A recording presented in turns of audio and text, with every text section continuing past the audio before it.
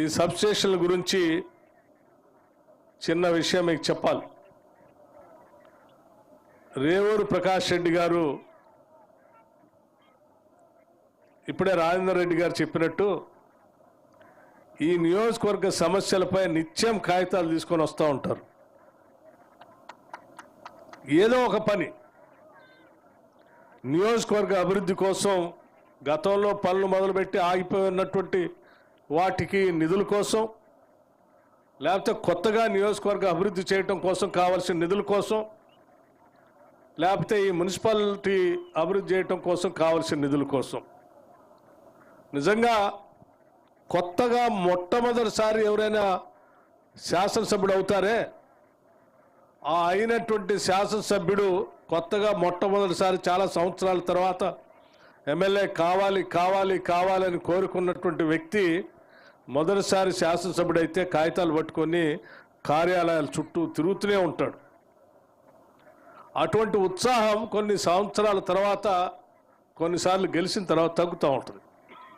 కానీ రేవూరు ప్రకాష్ రెడ్డి గారిలో మాత్రం ఏ సమంతా కూడా తగ్గలేదు. మొట్టమొదటిసారి శాసనసభ్యుడు అయినటువంటి వ్యక్తికి ఎంత ఉత్సాహం ఉంటుందో తన నియోజకవర్గాన్ని అభివృద్ధి చేయాలని, ఆ రకంగా ఆయన తిరుగుతూ ఉంటే నాకే అనిపిస్తూ ఉంటుంది.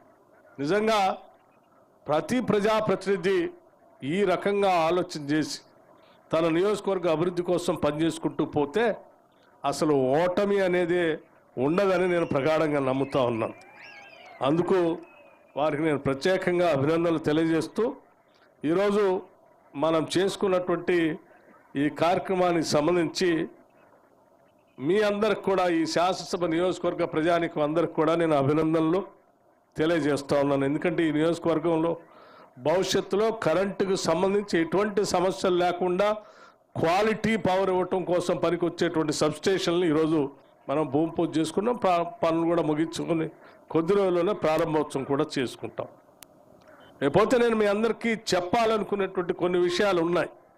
సరే, ఈ నియోజకవర్గానికి సంబంధించి స్థానికంగా కొన్ని అవసరాల గురించి మన ప్రకాష్ రెడ్డి గారు కొన్ని చెప్పారు. నాకు వచ్చేటప్పుడు మళ్ళీ కారులో కూడా మీకు చెప్పినని కూడా నాకు చెప్పారు. తప్పనిసరిగా వాటన్నిటినీ రాష్ట్ర ప్రభుత్వం పరిశీలన చేస్తుందని మాత్రం మీ అందరికీ నేను మాటిస్తూ ఉన్నాను.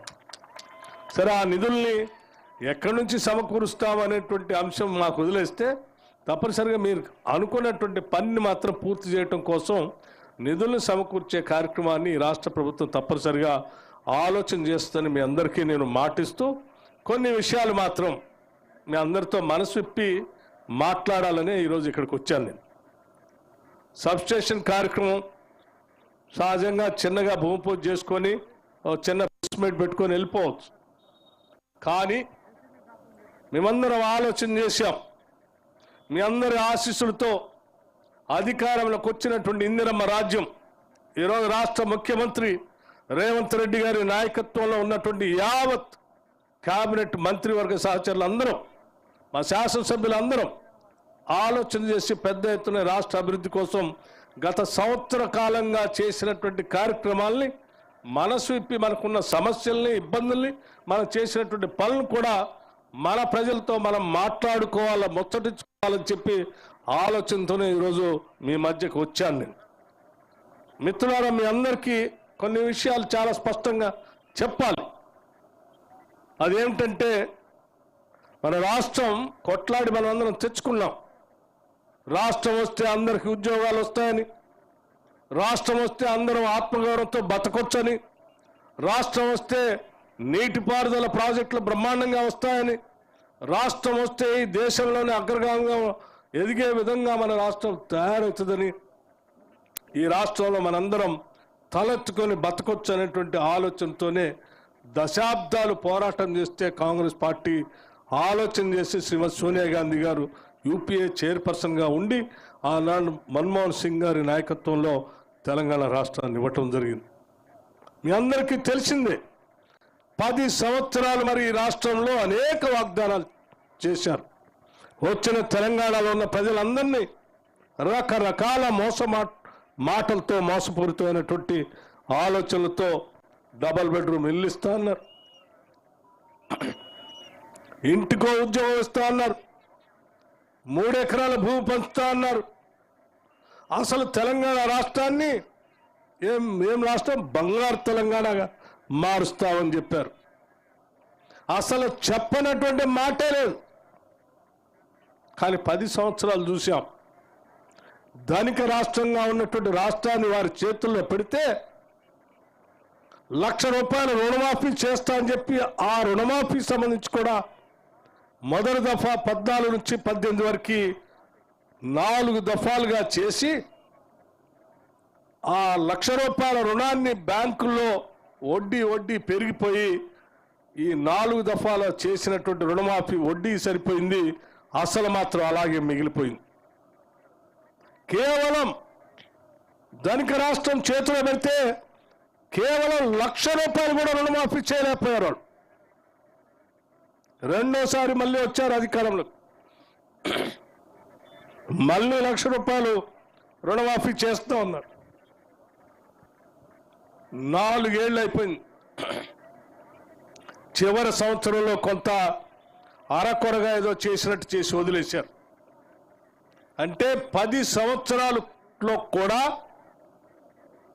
7 లక్షల కోట్ల రూపాయలు అప్పు చేసి కూడా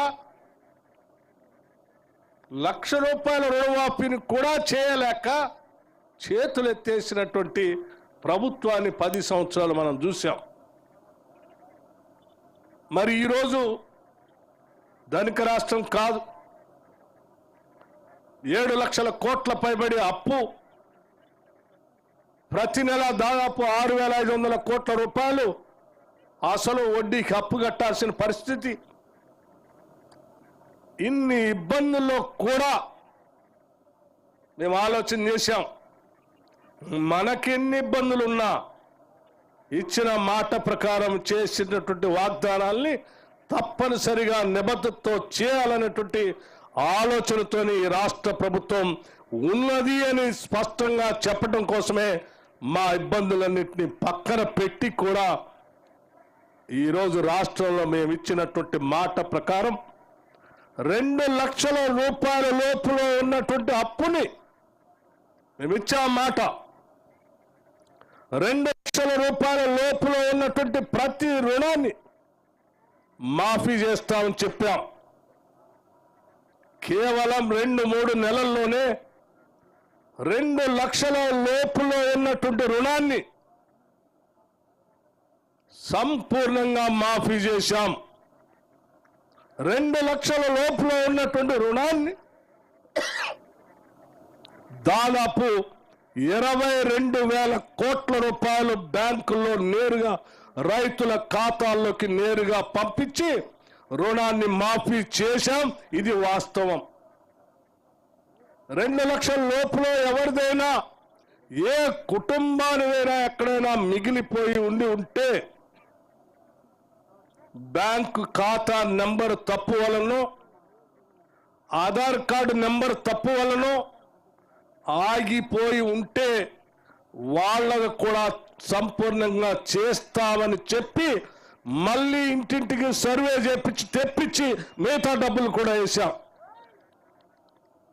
ఇంకా ఇప్పుడు కూడా నేను చెప్తాను మిత్రులందరికీ, 2 లక్షల లోపులో 2 లక్షల వరకు ఏ కుటుంబానికైనా అప్పు ఉంటే మనం చేసిన స్కీమ్లో పొరపాటున ఎవరైనా సంఖ్య తరపునో లేకపోతే సమాచార లోపంలో ఆగిపోయి ఉంటే అటువంటి సమాచారాన్ని అందించండి. దాన్ని తప్పనిసరిగా మాఫీ చేసే కార్యక్రమానికి ఈ రాష్ట్ర ప్రభుత్వం కట్టుబడి ఉంది, చేస్తామని కూడా చాలా స్పష్టంగా చెప్పాం. అరే ₹1,00,000 కూడా రుణమాఫీ చేయలేనటువంటి 10 సంవత్సరాలు అధిక బడ్జెట్తో ఉన్నటువంటి ఆనాటి ప్రభుత్వంలో ఉన్నటువంటి కేటీఆర్ లాంటి వాళ్ళు, హరీష్ రావు లాంటి వాళ్ళు, లేకపోతే ఎవరు పడితే వాళ్ళు అడ్డగోలుగా మాట్లాడుతూ ఉన్నారు. ఈ 10 నెలల్లో చూస్తూ ఉంటే కడుపు తరక్కపోతుంది. ఏమయ్యా, నువ్వు ఇచ్చిన హామీలు ఒక్కడైనా చేసావా? ఒకరోజు కాదు, 2 రోజులు కాదు, 10 సంవత్సరాలు టైం ఇచ్చామే. అదే పట్టుమని సంవత్సరం కూడా పూర్తి కాలేదు. అయినా కానీ ఇన్ని ఇబ్బందులున్నా మేము చేసుకుంటూ పోతా ఉన్నాం. ఒక్కసారి ఆలోచన చేయండి మిత్రులారా. మీ అందరికీ నేను చెప్పేదల్లా ఒకటే, కొట్లాడి మనం ఉద్యోగాల కోసం తెచ్చుకున్న 10 సంవత్సరాలు గ్రూప్ 1 పరీక్ష దానికి సంబంధించిన నోటిఫికేషన్ కానీ పరీక్షలు నిర్వహించడం కానీ చేయలేదు. 10 నెలలు కాకముందే మన ప్రభుత్వం గ్రూప్ 1 పరీక్ష నిర్వహించడమే కాదు, ఈ రాష్ట్రంలో 56,000 మంది నిరుద్యోగ యువతి యువకులకి ఉద్యోగాలు ఇచ్చాము. ఇది లెక్క బరాబర్గా ఉంది. పబ్లిక్ సర్వీస్ కమిషన్ ద్వారా నియామక పత్రాలు ఇచ్చినవి ఇంకా ప్రాసెస్లో ఉన్నాయి చాలా. అంతేకాదు, ఇచ్చిన మాట ప్రకారం ఈ రాష్ట్రంలో మహిళలను మహాలక్ష్మిలాగా చూస్తూ ప్రతి మహిళ ఈ రాష్ట్రంలో ఎక్కడి నుంచి ఎక్కడికైనా ఉచితంగా బస్సులో ప్రయాణం చేయొచ్చు అని చెప్పినటువంటి మాటని మేము అసెంబ్లీలో ప్రమాణ స్వీకారం చేసిన అరగంట లోపలనే బస్సుల్ని అసెంబ్లీలో తెప్పించుకొని ప్రారంభోత్సవం చేశాం. బయటికి పోతే ఆలస్యం అవుతుందేమని. రాజీవ్ ఆరోగ్యశ్రీ 5 లక్షల రూపాయలు ఉంటే పేదవాళ్ళు, బడుగు బలహీన వర్గాలకు సంబంధించిన మధ్యతరగతి కుటుంబాలు ఏ కార్పొరేట్ హాస్పిటల్కైనా పోయి వైద్యం చేయించుకోవడానికి 10 లక్షలు చేశాం. 500 రూపాయలకే గ్యాస్ సిలిండర్ ఇచ్చాం. 200 యూనిట్లు వాడుకునేటువంటి ప్రతి పేద కుటుంబానికి మార్చి 1వ తారీఖు నుంచి ఉచితంగా 0 బిల్లులు ఇచ్చాం. ఇది వాస్తవం. రాష్ట్ర వ్యాప్తంగా అమలు చేస్తున్నాం. ఈ రాష్ట్రంలో ఉన్నటువంటి వ్యవసాయదారులందరికీ ఉచిత విద్యుత్ ఇచ్చే కార్యక్రమంలో భాగంగా ప్రతి నెల దాదాపు 11 నుంచి 1200 కోట్ల రూపాయలు రాష్ట్ర ప్రభుత్వానికి కడతా ఉన్నాం. మొత్తంగా ఈరోజు రాష్ట్రంలో ఉన్నటువంటి రైతుల కోసం ఉచితంగా కరెంటు ఒకటే కాదు, రైతు కావలసినటువంటి సబ్సిడీ ఇస్తూ, వాళ్ళకి ఇన్సూరెన్స్ కడుతూ, పంట నష్టం జరిగితే పంట నష్టపరిహారం ఇస్తూ, ఇవాళ పండించిన ప్రతి గింజను కొంటూ చివరికి వరి ధాన్యానికి 500 రూపాయలు బోనస్ కూడా ఇస్తూ రాష్ట్రంలో రైతుల్ని ప్రోత్సహిస్తూ ఉన్నాం. ఇది చేసే కార్యక్రమాలన్నీ ప్రజల మధ్యకి వెళ్తూ ఉంటే, అయ్యో మేము 10 ఏళ్ళు ఏమి చేయలేక వెనకబడిపోయినాం, మరి కాంగ్రెస్ ఇందిరమ రాజ్యం వచ్చి 10 నెలలు ఇవన్నీ చేస్తూ ఉంది, ఏదో రకంగా వీళ్ళ మీద గుడ్డగాల్చి మీదేయాలని చెప్పి అడ్డగోలుగా మాట్లాడుతూ రైతు భరోసా ఇయ్యలేదు,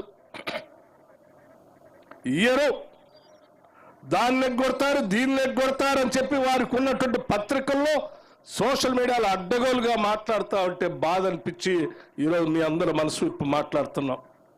అరే, ఇన్ని ఆర్థిక ఇబ్బందులున్నా మేము ఆలోచన చేశాం. ఎట్టి పరిస్థితుల్లో ఈ రాష్ట్రంలో వ్యవసాయానికి యోగ్యమైనటువంటి ప్రతి ఎకరాకి రైతు భరోసా ఎటువంటి షరతులు లేకుండా ఇవ్వాలని రాష్ట్ర మంత్రి మండలి నిర్ణయం తీసుకుని ప్రకటించాం. వాళ్ళు ఆలోచించారు, కాంగ్రెస్ వాళ్ళు 5 ఎకరాలకు ఇస్తే బాగు, లేకపోతే 2 ఎకరాలు పరిమితం చేస్తే బాగు, లేదా 10 ఎకరాలు పరిమితం చేస్తే బాగు, లేకపోతే ఎవరికి ఇవ్వకుండా ఇంకా తగ్గిస్తే బాగు, అట్లా చేస్తారని చెప్పి రకరకాల ప్రచారం చేశారు. మేము ఒకటే ఆలోచన, మీరు ఎన్ని ప్రచారాలు చేసుకున్నా, ఎన్ని ఇబ్బందులు సృష్టించడానికి ప్రయత్నం చేసినా మేము మాత్రం రైతుల పక్షానే నిలబడతాం. పంట పండించడానికి ఇచ్చేటువంటి ప్రోత్సాహాన్ని ఎట్టి పరిస్థితుల ఆపం. పంటకు యోగ్యత అయినటువంటి ప్రతి వ్యవసాయ ఎకరానికి, ప్రతి కుటుంబానికి మేము రైతు భరోసా ఇస్తామని చెప్పి చాలా స్పష్టంగా నిన్న ప్రకటించడమే కాదు, సంక్రాంతి నుంచి ఈ ప్రక్రియను మొదలుపెట్టి భారత రాజ్యాంగం బాబాసాహెబ్ అంబేద్కర్ ఈ దేశ ప్రజాస్వామ్య పునాదులు నిలబెట్టి రాజ్యాంగాన్ని అమలు తీసుకొచ్చిన జనవరి 26 నుంచి పంపిణీ చేసే కార్యక్రమాన్ని మీరు కాదు, మీకు సంబంధించిన 100,000 మంది వచ్చి అడ్డు నిలబడిన రైతు భరోసా పంపిణీ చేస్తాం, చేసి చూపిస్తాం. మేము ఇంకోటి కూడా ఆలోచన చేశాం. మిత్రులు చెప్పారు, నాతో పాటు చాలా మంది పాదయాత్రలో పాల్గొన్నారు, ఆదిలాబాద్ నుంచి ఖమ్మం వరకు. ఈ జిల్లాలో పాదయాత్ర చేసినప్పుడు కూడా ఇక్కడ ఉన్న నాయకత్వంతో పెద్ద ఎత్తున నాతో నడిచారు. నడిచిన ప్రతి దగ్గర పేదవాళ్ళు, ఇల్లు లేనటువంటి వాళ్ళు, భూమి లేని నిరుపేద ప్రజలు కూడా అడిగారు, అయ్యా మాకు భూమి లేదు, మా గురించి కూడా ఆలోచన చేయండి. మాకు ఇల్లు ఇస్తా అన్నాడు, ఈ దుర్మార్గుడు ఇల్లు ఇవ్వకుండా 10 ఏళ్ళు ఇబ్బంది పెట్టారు. మీరు వచ్చింది మా రాజ్యాన్ని తీసుకొని రావాలి, మాకు ఇల్లు ఇవ్వాలి అంటే ఈరోజు చాలా స్పష్టంగా, ధైర్యంగా, గర్వంగా ఒక కాంగ్రెస్ పార్టీకి సంబంధించిన నాయకుడిగా మీ అందరి సమక్షంలో ప్రకటిస్తున్నాము. ఈరోజు ఇందిరమ్మ ఇళ్లని ప్రతి శాసనసభ నియోజకవర్గంలో 3500 ఇళ్లకు తగ్గకుండా రాష్ట్ర వ్యాప్తంగా ప్రతి శాసనసభలో ఈ నియోజకవర్గంలో ఇంటికి 5 లక్షల రూపాయల లెక్క మొదలుపెట్టే కార్యక్రమం మొదలుపెట్టాం. అట్లాగే భూమి లేని వ్యవసాయ నిరుపేద కుటుంబాలకు, వ్యవసాయ కూలీలకు, వారిని కూడా వదిలిపెట్టకూడదు. వాళ్ళు మన బిడ్డలే, రెక్కాడితే డొక్కాడన్నటువంటి ప్రజానికం వారికి కూడా సంవత్సరానికి 12,000 రూపాయలు ఇందిరమ్మ ఆత్మీయ భరోసా పేరు మీద 12,000 రూపాయలు సంవత్సరానికి వేసే కార్యక్రమం తీసుకున్నాం. దాన్ని 26 జనవరి నాడు నుంచి ప్రారంభం చేయబోతున్నాం. నేను మరొకసారి స్పష్టంగా చెప్తా ఉన్నాను, మీరు ఎన్ని ఇబ్బందులు పెట్టినా, ఆపాలని కుట్రలు కుతంత్రాలు చేసినా, తప్పుడు ప్రచారం చేయటం కోసం ప్రయత్నం చేసినా మేము మాత్రం ఆగము. ఎట్టి పరిస్థితుల్లో ఈ పథకాలు అమలు చేసేది బరాబరుగా చేస్తాం. ఎందుకంటే ఇది ప్రజాప్రభుత్వం ప్రజల కోసమే పనిచేస్తుంది, పాలకుల కోసం పనిచేయదు. ఇది ప్రజల కోసం కట్టుబడి ఉంటుంది అని నేను చాలా స్పష్టంగా చెప్తా ఉన్నాను. మిత్రులారా, మీ అందరికీ నేను చెప్పేది ఒక్కటే, 22,000 కోట్ల రూపాయలు క్యాష్ నేరుగా రైతుల అకౌంట్లోకి ట్రాన్స్ఫర్ చేశాం. మనం చెప్పండి, గ్రామాల్లో 2 లక్షల రూపాయల రుణాలు ఎంతవరకు ఇచ్చిన మాట ప్రకారం చేశాం. మిగిలిన ఎవరైనా ఉంటే సమాచారం ఉండి చేస్తామని చెప్పండి ధైర్యంగా. రైతు భరోసా చెప్పండి, 12,000 రూపాయలు ఎకరానికి ఇవ్వబోతున్నాం ఈ సంవత్సరం ఉన్న ఆర్థిక పరిస్థితిని దృష్టిలో పెట్టుకోవాలని చెప్పండి. 12,000 రూపాయలు రైతు కూలీలకి ఇందిరమ్మ భరోసా పేరు మీద, ఆత్మీయ భరోసా పేరు మీద ఇవ్వబోతున్నాం చెప్పండి ధైర్యంగా. ఇందిరమ్మ ఇల్లు ఇస్తున్నామని చెప్పండి, 200 యూనిట్లుగా ఉచిత కరెంట్ ఇస్తున్నామని చెప్పండి, గ్యాస్ సిలిండర్ 500 రూపాయలకి ఇస్తున్నామని చెప్పండి. అట్లాగే మనం చేసే కార్యక్రమాలన్నీ కూడా చెప్పుకుంటూ అదనంగా ఈ కార్యక్రమాలతో పాటు పాత కార్యక్రమాలు కూడా మనం కొనసాగిస్తున్నాం. ఎక్కడ ఏ ఒక్కదానికి కూడా కోత పెట్టలేదు. ఇది ఈరోజు మనం అందరం చేసేటువంటి ఈ కార్యక్రమం ప్రచారం చేసుకోవాల్సిన బాధ్యత, ఇంటింటికి తీసుకువెళ్ళి సమాచారం అందించాల్సిన బాధ్యత ప్రతి నాయకుడు, ప్రతి కార్యకర్త, ప్రతి పౌరుడి పైన ఉందని నేను ప్రగాఢంగా నమ్మే మీ అందరితో మాట్లాడి మీ ద్వారా విజ్ఞప్తి చేయాలని నేను ఇక్కడికి వచ్చాను. ఎందుకంటే మీరే ఇంటింటికి వెళ్ళి మమ్మల్ని గెలిపించాలని, మేమొస్తే ఇల్లు ఇస్తామని, మేమొస్తే అది చేస్తాం ఇది చేస్తామని పథకాలన్నీ చెప్పి ఓట్లేసి అడిగి ఓట్లు వేయించేటువంటి నాయకులు, కార్యకర్తలు మీరు తలెత్తుకొని గ్రామంలో మీరు చెప్పిన మాటని నిలబెట్టుకున్నామని చెప్పి తలెత్తుకొని ఇంటింటికి వెళ్ళి ఇగో మేము ఆనాడు చెప్పాం, ఈరోజు అమలు చేస్తున్నాం చెప్పి కార్యక్రమంలో భాగంగా ఈరోజు మేము అందరం చేసి మీకు అందించాం. ధైర్యంగా, సగౌరవంగా గ్రామాల్లోకి వెళ్ళి ఈ వాస్తవ విషయాలన్నీ చెప్పవలసిందిగా నేను మీ అందరికీ కోరుతా ఉన్నాను. మిత్రులారా, రైతుల గురించి చెప్పాలంటే ఉచిత కరెంటు పైన దాదాపు 12,000 కోట్ల రూపాయలు కడతా ఉన్నాం. ఇప్పటికి సంవత్సరానికి 2 లక్షల లోన్ వ్యవస్థ సంబంధించి 22,000 కోట్ల రూపాయలు కట్టాం. రైతు భరోసాకు సంబంధించి ఇంకో 20,000 కోట్లు కాబోతాం. ల్యాండ్లెస్ పూర్కి సంబంధించి 2,000 కోట్ల రూపాయలు ఖర్చు కాబోతుంది. గృహజ్యోతి సంబంధించి 1,500 కోట్ల రూపాయలు కాబోతాం. ఫ్రీ మొత్తం విద్యా సంస్థలన్నిటికీ గతంలో బిల్లులు కట్టలేక పాఠశాలలో ఇబ్బంది పడుతూ ఉంటే నిర్ణయం చేశాం, ఏ ప్రభుత్వ పాఠశాలలో కూడా కరెంటు సంబంధించిన బిల్లు ఆ పాఠశాలలు కట్టాల్సిన అవసరం లేదు, ప్రభుత్వ పరంగా మనమే విద్యుత్ శాఖ కడతామని చెప్పి ప్రతి ప్రభుత్వ పాఠశాలలో బాగుండాలనేటువంటి ఆలోచనతో ఉచిత కరెంటు అక్కడ కూడా ఇస్తా ఉన్నాం. అంతేకాదు, ఇంకొక నూతనమైనటువంటి young India integrated residential schools అని ప్రపంచంతో పోటీ పడేటట్టుగా ఉండేటువంటి స్కూల్స్ని ఈ సంవత్సరం ప్రతి శాసనసభ నియోజకవర్గంలో ప్రారంభం చేయాలని ఈ స్కూల్స్కి దాదాపు ఈ సంవత్సరమే ఒక 5,000 కోట్ల రూపాయల వరకు వెచ్చించి ఈ స్కూల్కి సంబంధించిన బిల్డింగ్లు కట్టాలని నిర్ణయం తీసుకొని ముందుకు పోతా ఉన్నాం.